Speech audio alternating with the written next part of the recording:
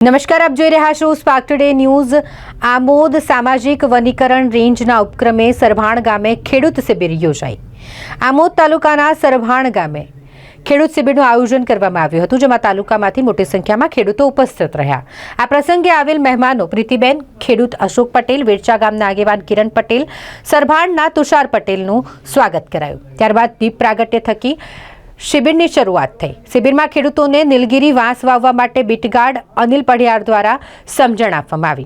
આ પ્રસંગે પ્રજાપિતા બ્રહ્માકુમારી પ્રીતિબેને પોતાના વક્તવ્યમાં પર્યાવરણ બચાવવા ભાર મૂક્યો અને બાળકના જન્મ પ્રસંગે તેમજ અન્ય પ્રસંગોએ વૃક્ષ વાવી તેનું જતન કરવા જણાવ્યું। પર્યાવરણને બચાવવા માટે વધુ વૃક્ષો વાવવા પણ તેમણે કહ્યું। Amod range forest officer Ramesh ચૌહાણે ખેડૂતોને સરકાર દ્વારા વન વિભાગ તરફથી મળતા લાભો વિશે જાણકારી આપી।